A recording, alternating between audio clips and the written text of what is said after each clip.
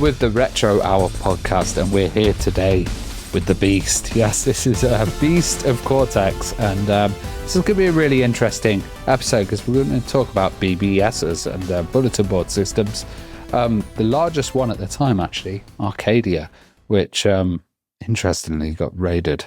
And, we're going to go deep into the kind of piracy world and, Beast experience because you actually got prosecuted for that, didn't you? And, we can talk all about the court drama and also fast as well, which is an interesting part of, video game history. But first, before we get into the BBS world as well, we all know you're a huge Amiga fan, but what was your first experience with a computer? Going back to my school, had introduced for the first year I was there, they had Tandy TRS-80s. And, well, they had a few of them. And, so I was programming in BASIC on them. But it was the first year they were running a computer science O-level, so they were kind of finding their own way. And fairly soon after that, I decided I wanted my own computer. And as you do, you go through every machine you possibly can. So I went through most of them during the 80s. Do you remember when you first discovered the world of copied software then? Was there a moment when, I don't know, might have been in the school playground when a friend gave you a cassette tape that he managed to copy on his mum's hi-fi, or a disc at a shop or a market? I mean, what's kind of your story there? No, it was slightly different. Right. We had a disc-based TRS-80 in our school, and the guy who ran our computer science, who took the class, knew I was his best student. He allowed me to have a copy of the operating system, so TRS-DOS on floppy disk in those days, and I got into it with a hex editor, and I changed all the operating system messages so that they said, custom things like instead of a syntax error, it was a Jim-tax error, because I'm James. And instead of mini-DOS, it was Jimmy-DOS. And we actually went through a situation where the school had their own operating system crash and they had to revert to my backup. So all my classmates were complaining that they had no clue what a Jim-tax error was and what's this Jimmy-DOS. And all good fun. Good claim to fame. But that's effectively my first piece of software that was copied, and it was copied for me by the teacher. And you got your hand in programming there and, messing about with stuff, which is kind of where the roots of a lot of people's programming experience comes from. Yeah, but it was just basic, and it was just so simple. I remember the teacher would be setting you your task, and I'd be writing the program while he was doing it, and he'd be saying to me, "Stop doing that. You're supposed to do a flow chart and do it all properly." And it was just BASIC was just so easy, because I'm a logical sort of person. But I never got into machine code and doing it properly, like some of my friends did. So I was never going to do it as a career. Well, when was the first time that you discovered the world of BBSs then? So I do remember reading about bulletin board systems in magazines when I was a kid, but I didn't know the modem at the time, so I kind of read about this mythical world that sounded really exciting, but no way I could convince my parents to fork out a modem for me to connect to them at that stage. But I mean, where did it start for you then, your journey with going online? Well, it was a logical progression, to be honest. People do the copying at school, and if you want to get more stuff, you tended to do what people would call mail trading. So you'd be sending, a jiffy bag full of a dozen discs or so to some contact somewhere else in the country, and they'd be sending you stuff from their list. So you'd be keeping this up-to-date list all the time of what you had in way of software. And you'd get the stuff relatively quickly, but it would obviously be a week or two after it had gone on bulletin boards. And I remember one of my contacts, I even remember his name, let's just say Derek. Derek was not my best contact, but he told me one time that he could get stuff from bulletin boards, and I said, what is this? And he said, well, I've got a modem, and he had a 2.4 modem, 2400, and it was just, it was incredibly slow, but he could get particular titles, but it would take him a lot of effort to do so. And I sort of got chatting to him about this, and he sort of explained that you could get a high-speed modem with a SysOp discount if you ran a bulletin board. And I kind of thought, well, I'm going to cheat.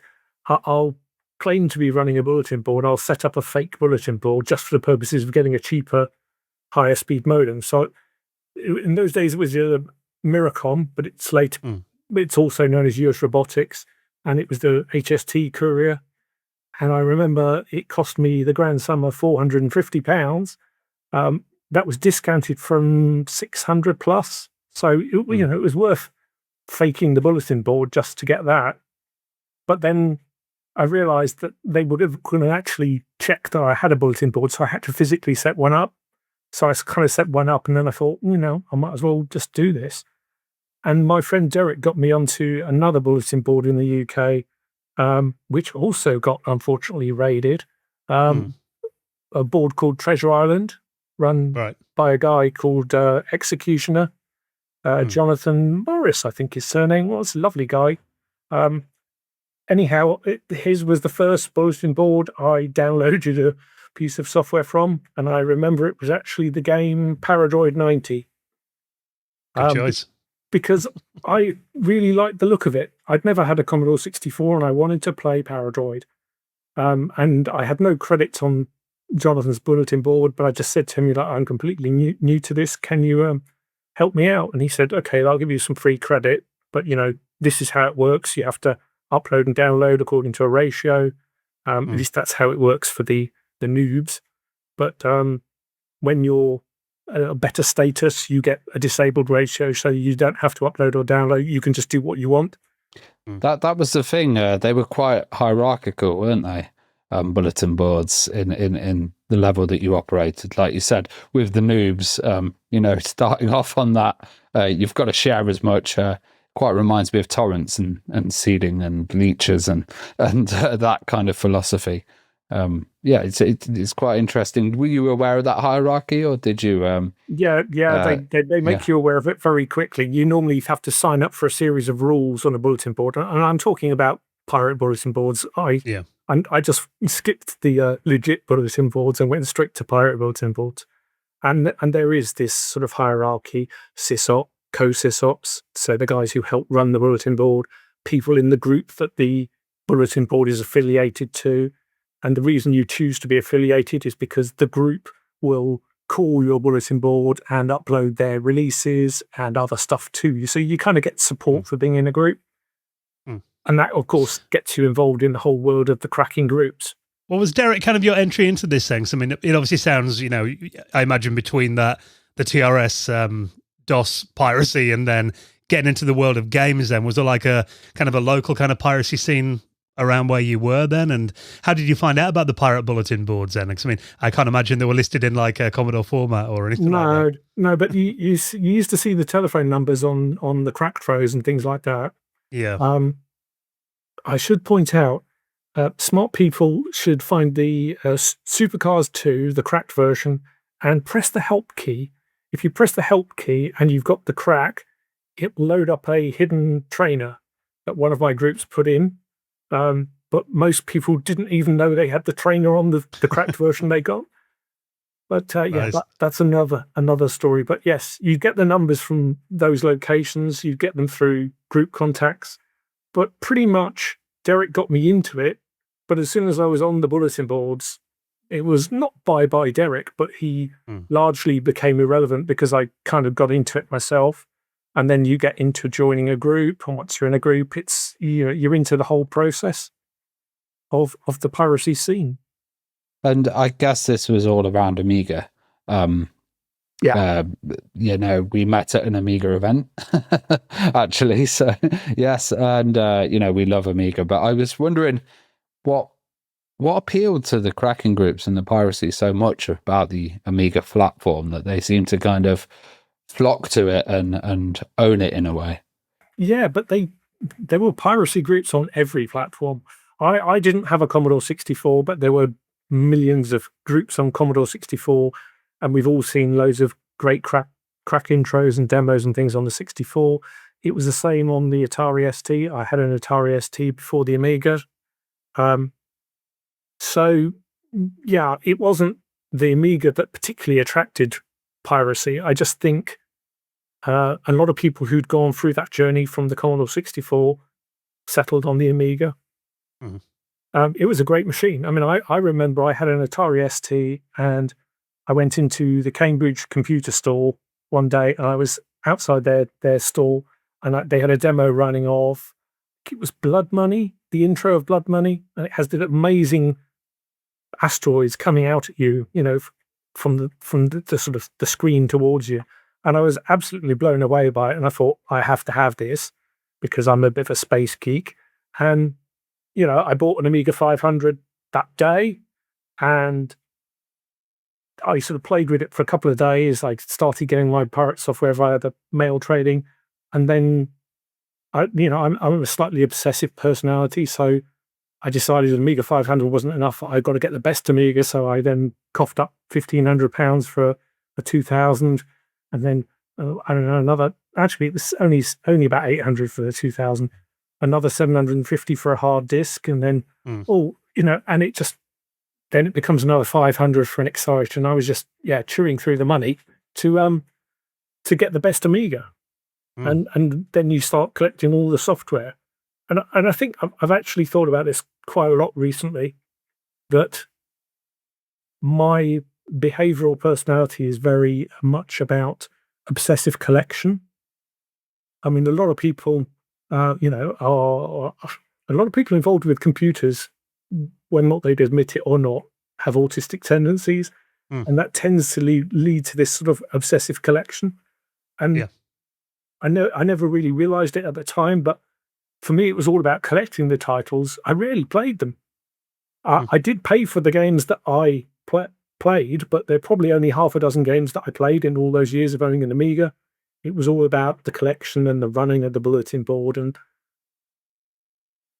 so I kind of also feel I don't really feel I made a major damage to the software industry because, like a lot of people who pirated, we wouldn't have bought the games if we had to pay for them.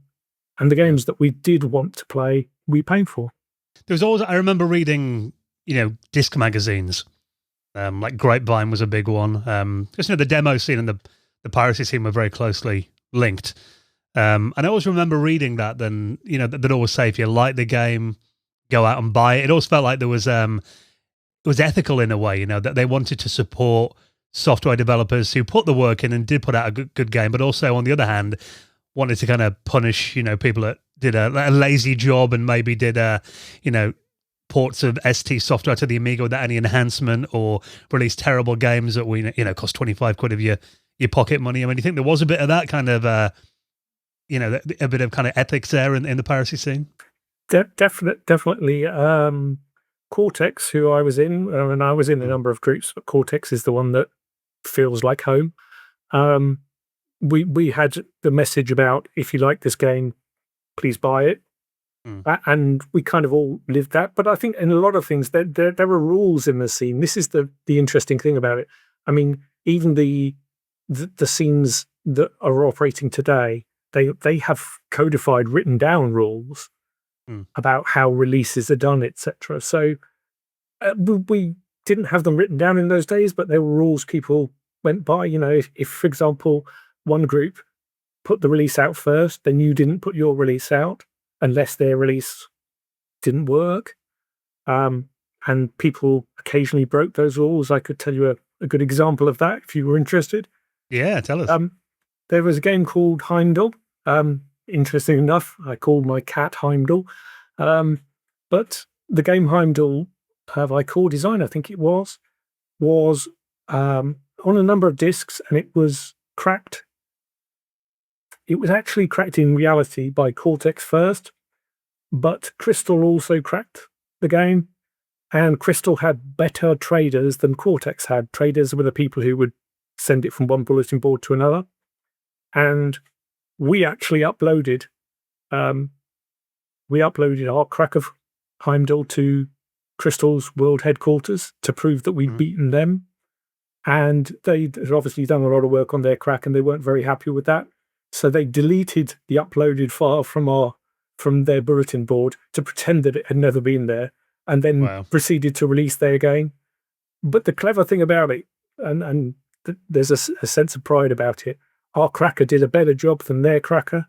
If you find the Crystal release, it says cracked by Crystal or something like that. Or no, I think it actually asks you to enter the password from the manual, and then you just press return and it continues.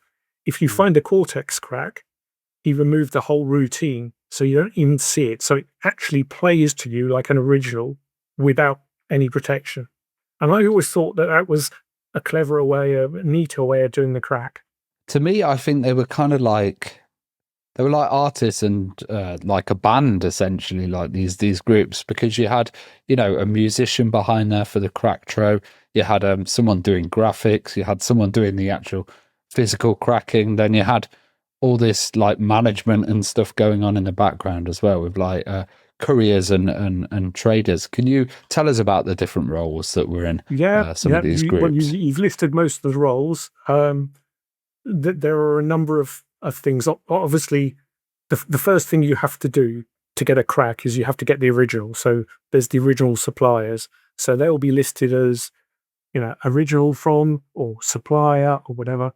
And I did supply games for that. In the beginning, I would go to the Virgin Megastore in central London, who tended to get games quite quickly, and literally I'd hop on the tube, go and get the games, come back home, and then get them to the cracker.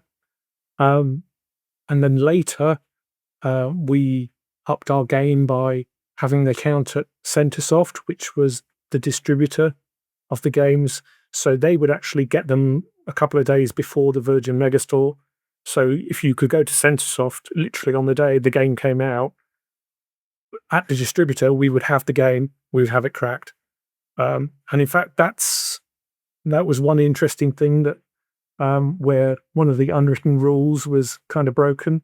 At the time, I was running our Centresoft account, but Fairlight were our competition at the time, and Fairlight couldn't meet us because they hadn't got a Centresoft account. And so they cheated. A guy called JBM in Fairlight, one of their leaders, phoned up Centresoft to grass me up and say, this guy's using an account to crack games. That was the way, take the competition out, which was a bit unethical. And I was told this later by a member of Fairlight who was really unhappy with it because he said, this guy grassed you up. He actually told me this around the time I got busted because he thought maybe I'd been busted because of that guy as well. It's interesting, that structure, because that's even moved on to like DVD piracy, VCD piracy, games consoles and stuff. I've heard of people being within the factories of where some of these are being produced and becoming the suppliers. But that structure always seems to be there with piracy groups. We also used to have people working for the game's developers because they knew the game was going to be cracked anyhow. So it didn't really make a huge difference. I mean, we all know the stories of boot blocks with hidden messages for the crackers because companies would know it was going to get cracked, and sometimes they'd say, please don't crack this, give us a bit of time to sell it, or whatever they wanted to do. Sometimes they try and write complicated protections, but it was never going to defeat a cracker. Robocop 3 was a good example. They put the hardware dongle in. They spent a lot of money on trying to protect it, and it was cracked same day. It just took them, a few hours rather than a few minutes. Was there any help from like magazines or anything as well? Because I always wondered if any stories of that was intriguing. I don't know of any. I mean, I didn't directly come across any magazines leaking stuff, but I know of magazines who did leak stuff, and quite often you'd get sort of early versions, which the scene tended not to want to release because they weren't final versions, and quite often they were buggy. So some groups would release them, some wouldn't. Well, you mentioned earlier about we've kind of touched on a couple of times, the rivalry on the scene. I mean, how kind of vicious was it then? I mean, you've mentioned a couple of stories there about, people being grassed up because of it and, them deleting productions? I mean, was it always like a real effort, to kind of be the first one to get like a big game out there? Oh, it was real competition. That was, again, this is one of the things that appeals to people of a particular kind of mentality. But yeah, it was all about the competition. So we had a cracker in America, and one day I had 3 titles from, I think actually it was the Virgin Megastore in those days. So I got 3 titles. They were RBI Baseball 2, PP Hammer, and I honestly can't remember the third title.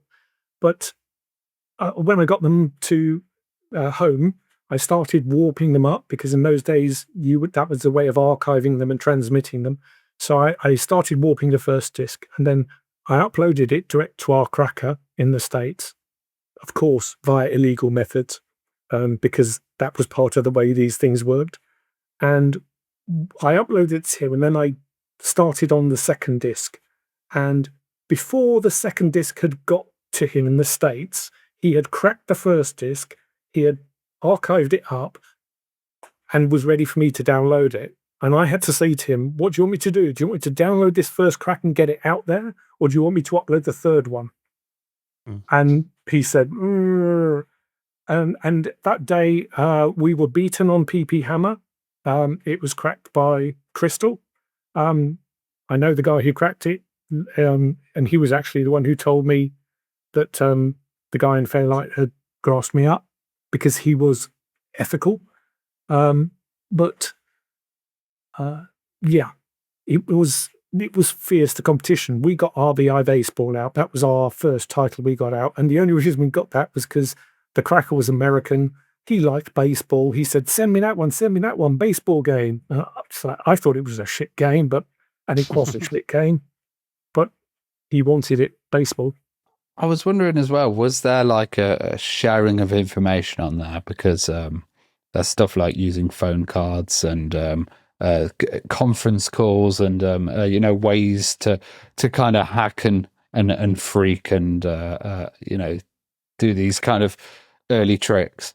Well, there's a number of things, and yeah, I got involved in that.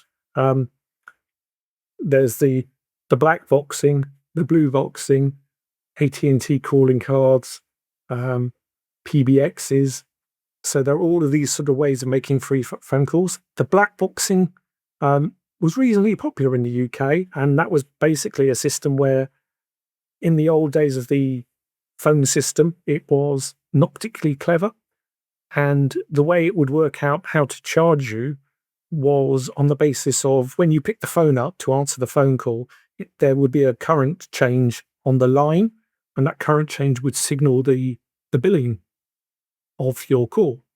So if you put I think it was a resistor or some sort of filter in your phone box, when people called you, they wouldn't be charged for it.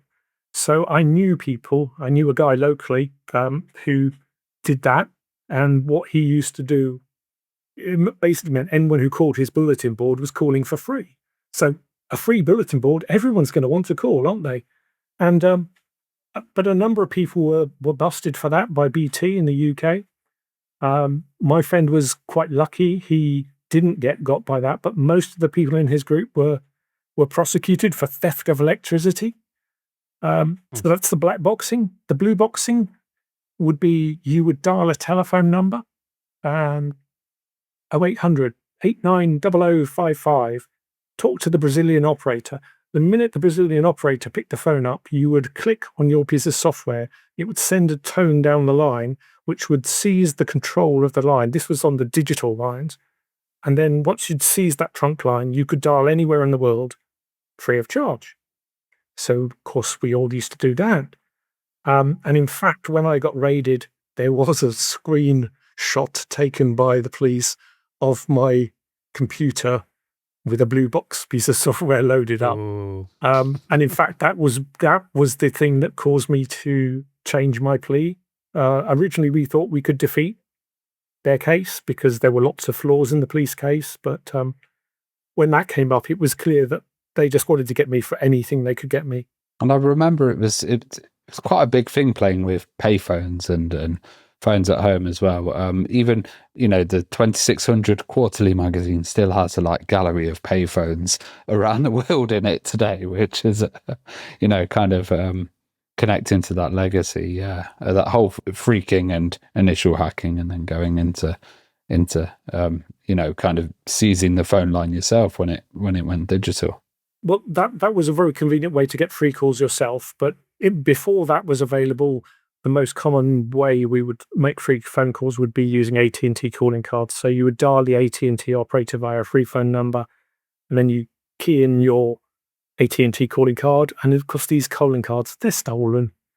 And then you dial anywhere in the world, and eventually the card will die because AT&T or the owner will realize what's going on. And then you just contact your group and say, I need another calling card. Let's talk about your journey into Quartex then. You mentioned that you're most known for that then. So, I mean, how did you first join a group then, and how did it lead to you getting into Quartex then? What was kind of the path there? I think the first group I was in was ScoopX, the demo crew. And it was basically because a friend of mine on the bulletin board had said, do you want to join ScoopX? And I knew nothing really much about any of that at that stage. So it's like, if someone's going to get me in a group, sure, I'll join. And we were notionally called ScoopX UK, and it's like, I don't think we were really recognised as being in ScoopX by the rest of ScoopX. But then I was kind of in the scene groups, and then you work your way up in some ways, and you get into these groups via friends. So either you get on with people, or you get in because they want you, because you bring something to the group. So, you bring a bulletin board, you bring original supply, you're a cracker. As Dan said, you're a demo writer or a musician.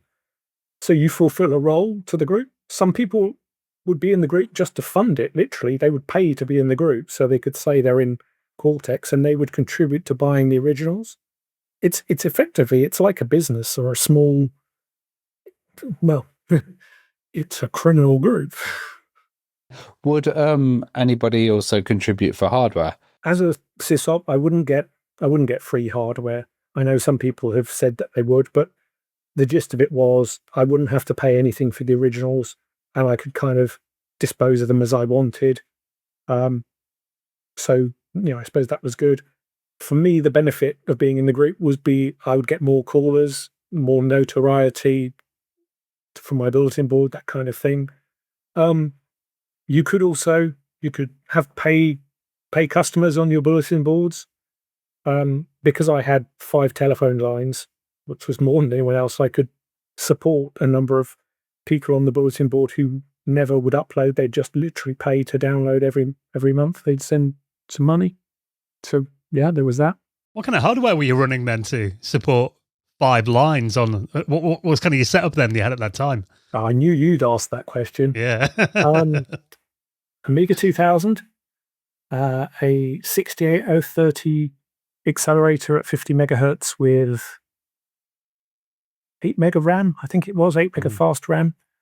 A Commodore A2232 multi-port serial card, which gives you 7 serial ports so you can run extra lines.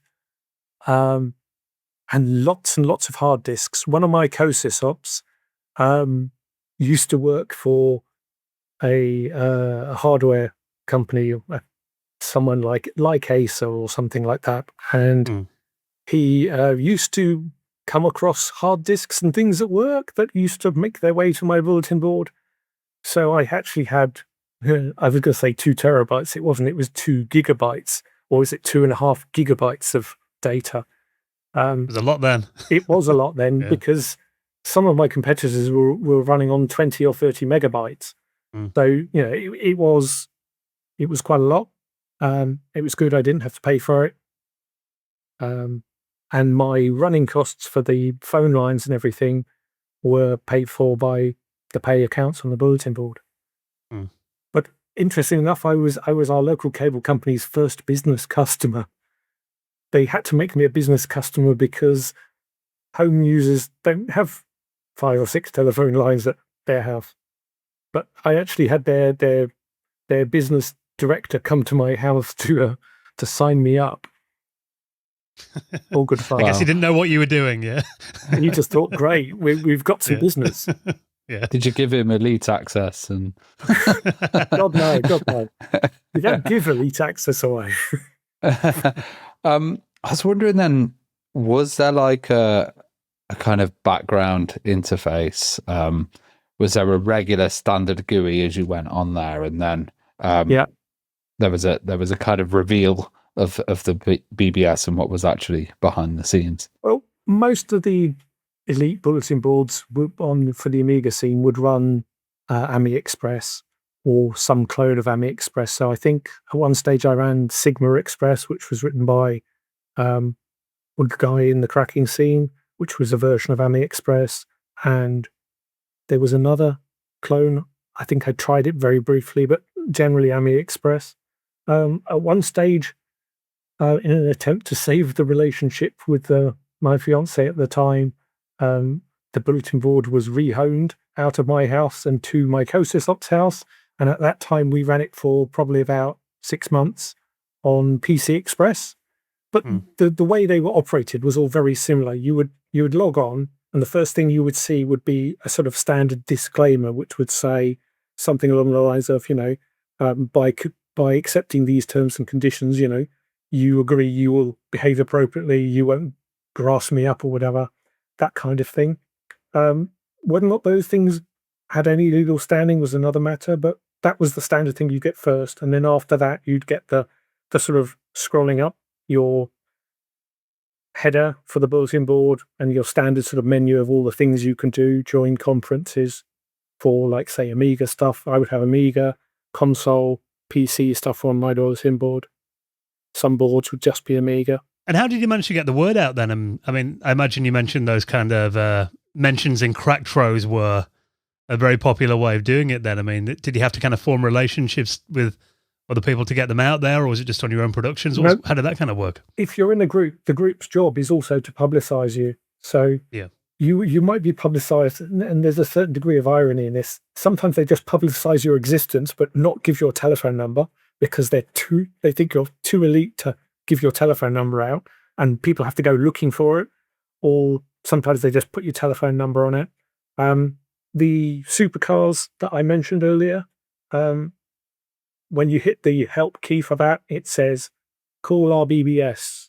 And it would say, Guru's Dream, our world headquarters. And then it says, call Arcadia, European headquarters. That was when I was in dual crew. But that one actually had the telephone number.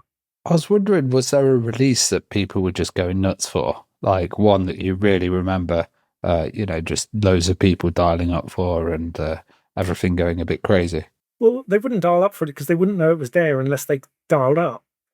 So it wasn't so much that, but to be honest, there were lots of games that people thought were big at the time. And I don't think I'm qualified to say if I think any game was more influential than any other. For me, for example, the games I thought were worth dialing up for were, Paradroid, Dungeon Master, those kind of things, Millennium 2.2. But they wouldn't be big, relevant games to everybody else. I do remember the buzz in the playground when the first kind of copies of Mortal Kombat on the Amiga surfaced. Some of those kind of what we call AAA games now. Yeah, I suppose you have to remember I'm a bit older than you, so I wasn't in the playground.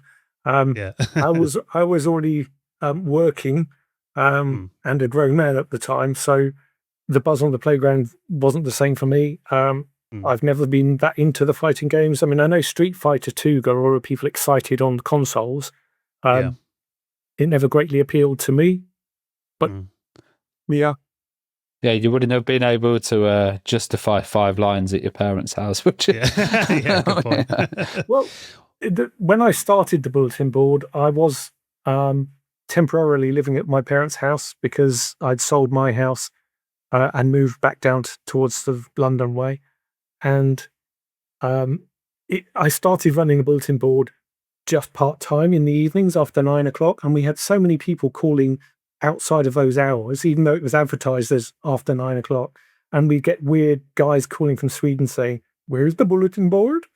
And my mum would get very upset by this, and she'd say, "It's SysOp's mummy here. The bulletin board isn't till later." And it was just comical. So in the end, my parents had to give up their telephone line because there were so many calls coming on their telephone number for the bulletin board, and they just had to get a new phone line for them. And then when I moved out to another house of my own, that's when I put all the lines in. It's interesting you talk about those kind of family relationships, say, that with your parents, and you mentioned earlier about kind of having to move the BBS out to smooth it over with your partner at the time. I mean, how much of a kind of commitment was this then? I mean, we are sinking like every waking hour outside of work into the BBS then? Was it like a full-time job pretty much? Again, obsessive personality. I would be on the bulletin board, I would be chatting to users, or I would be making tweaks to the system or whatever. And moving files around and that kind of thing all the time. And yes, it was quite all-consuming, and I could be on it till quite late at night. And occasionally, I'm not saying I was somebody who had massive numbers of these, but you'd get conference calls at some ridiculous hour. I remember one about 3, 4 in the morning, and it's just like the guys ringing me would all be 5 or 10 years younger than me, and they were all thinking how exciting it was to be on a conference call. And I was thinking, it's not exciting. I've got to get for work tomorrow morning. And, but yeah, it was different because I was older. Well, let's talk about the, you mentioned the raid that you had earlier. When did you first start hearing about people being raided then? Was it on the rumor mill for a while? Were you starting to hear stories about it? Well, people would often talk about those sorts of things, but nothing ever happened. But the first raid I think we had in the UK was actually the bulletin board that I mentioned at the beginning, the one where I downloaded Paradroid 90. So that was called Treasure Island, and that was raided in May 1993, and that closed him down. And a lot of people panicked. A lot of bulletin boards in the UK went dark, and my co-sysops were saying to me at the time, no, we have to stay up, show all the users and things that we're not afraid, we are here for the long term.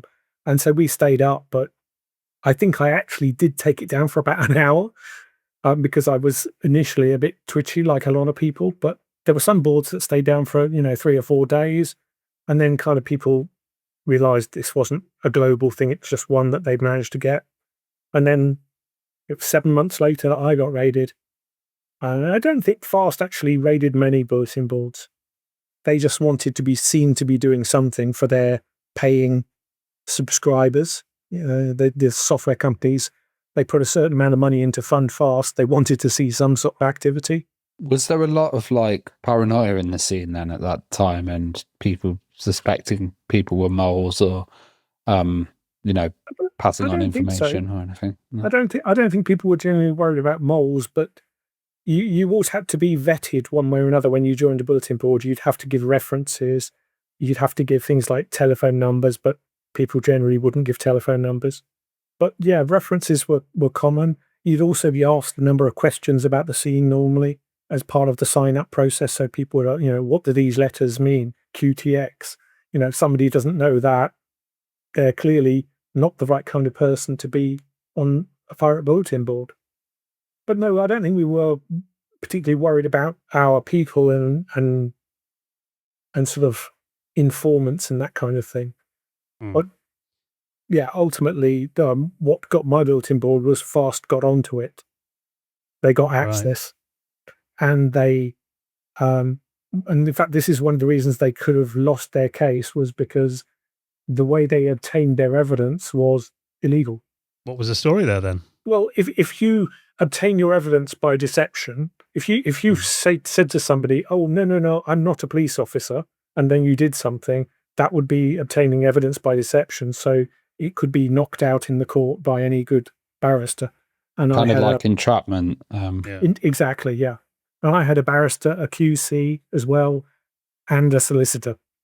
Well, tell us about the day of the raid then. I mean, what happened then? And do you remember what time of day it was? How much did they take? Tell us what happened then. What's your memory of that day? Well, I don't remember the exact time, but I do remember I was actually on the bulletin board at the time, so it's probably, I don't know if it was a weekend or I had a day off work, but I was on the bulletin board and I had this doorbell go. So I went down the stairs because the bulletin board was upstairs, and I didn't think anything of it. And as soon as I opened the door, this foot appeared in the door, trying to force the door open. And I just put my foot on the other side and wasn't going to allow it. And I said, "What the hell's going on?" And this guy said, "Hertfordshire Fraud Squad, let us in." And I remember actually impressing myself by being quite calm about it. I said to them, "No, that's not how it works. Show me your warrant." And he pulled out this warrant that he had to say that he had a warrant to search my house. And I said, "Yeah, okay. I'm still not letting you in until I've spoken to my solicitor."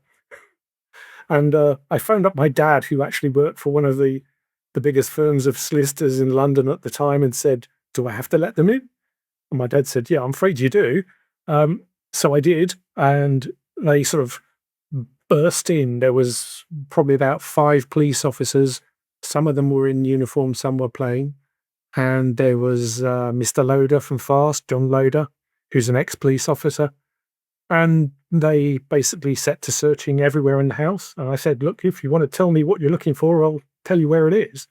And they went, "No, no, no, we're not doing that." And I said, "Well, the bulletin board's up there." And they went up to the office and basically took absolutely everything. They even took extension leads. And I've still got those extension leads. I got them back later, and they've still got little labels on them saying evidence number, whatever. My son borrowed one, and he thought it was hilarious to have something, historical artifact. But yeah, they took everything that was vaguely electrical. Yeah. And everything, discs and whatever. But the weird thing was the amount of stuff they took made the room quite empty, because it was only like a 6-foot by 6-foot box room. And I was used to the bulletin board running 24/7, and you've got this drone of hard disks spinning all the time.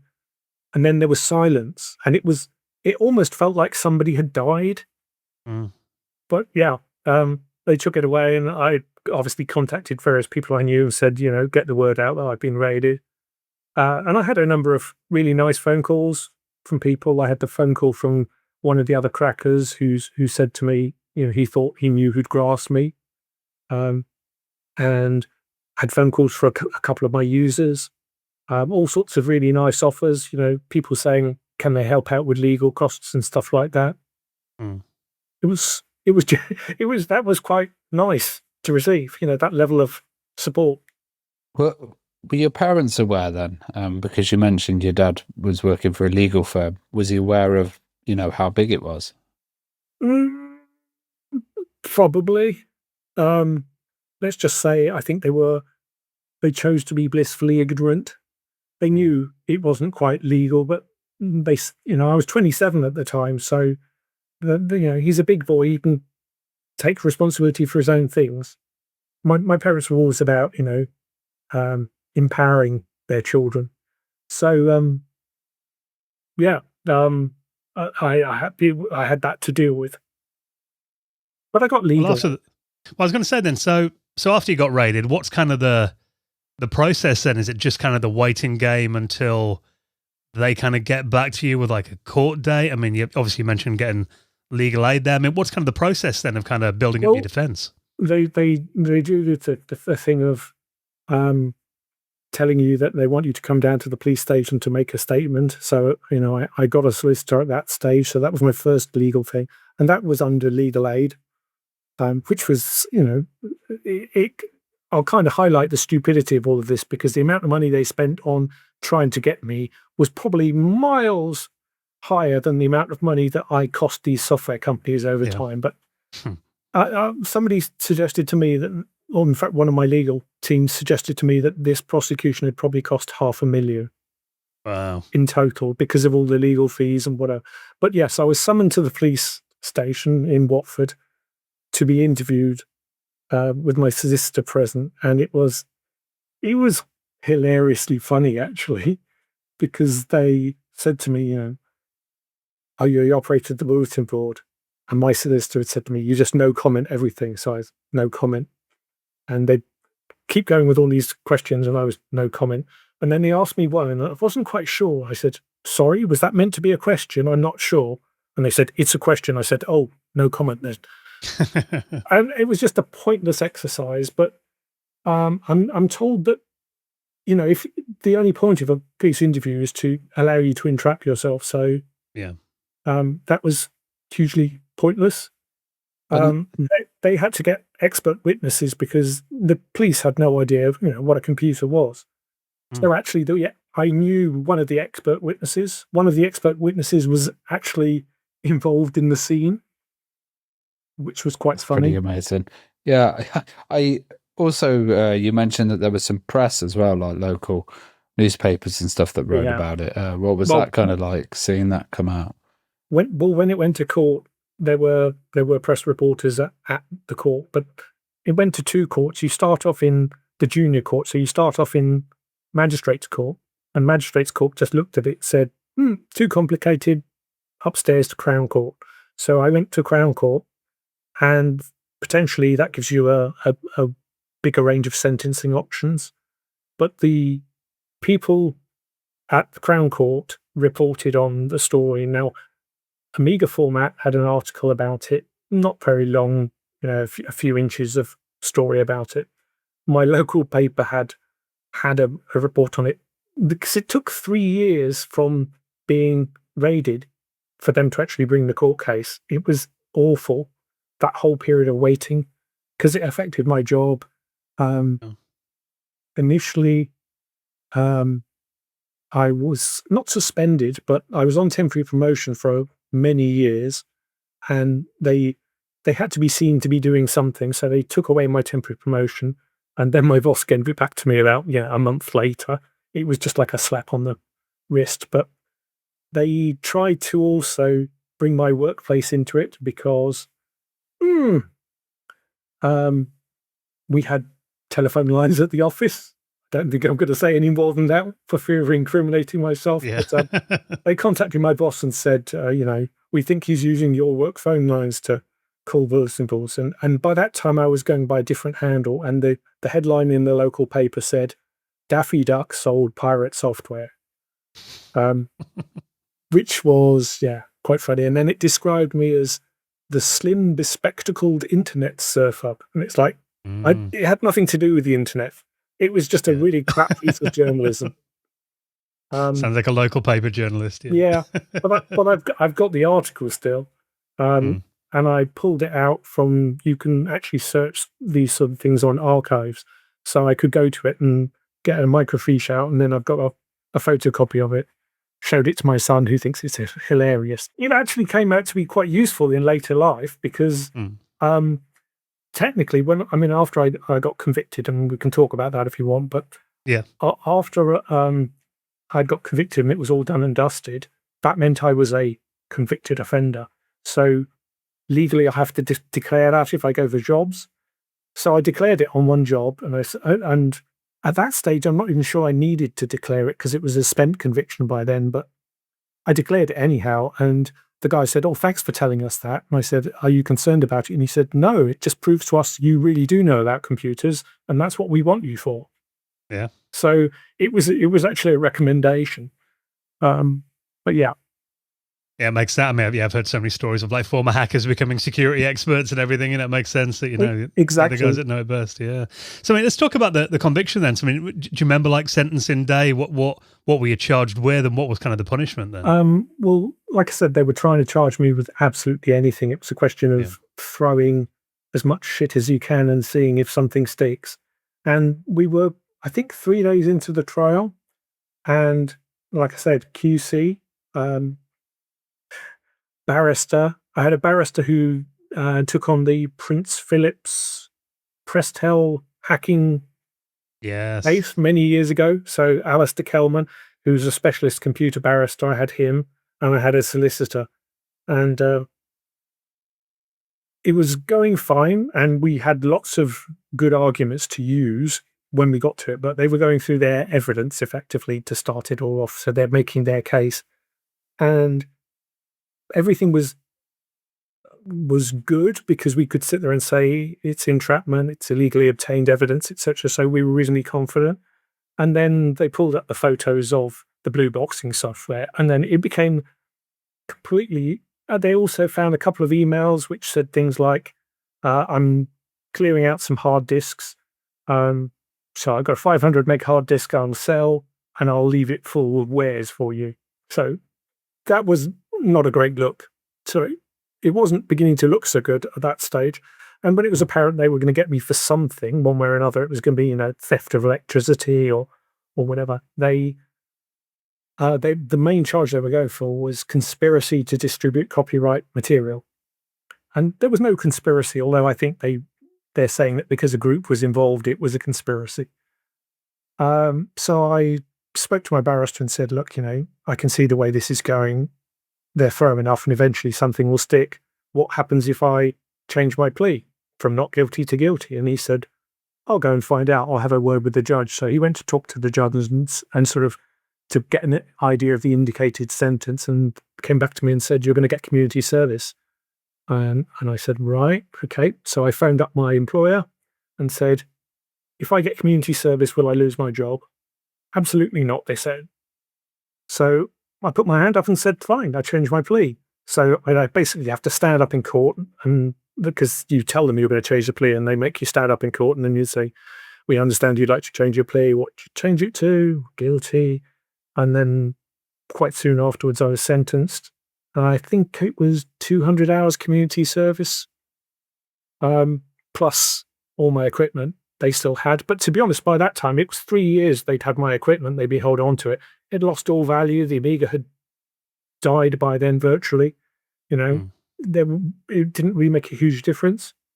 But I'd lost some thousands of pounds of hardware in value from the time they had it to the time the case was done. And I did get some of it back. I think I got the 2000 itself back, none of the hard disks, because they argued that I'd be able to recover the data from them, even though my barrister had explained to them how they could easily, securely wipe it.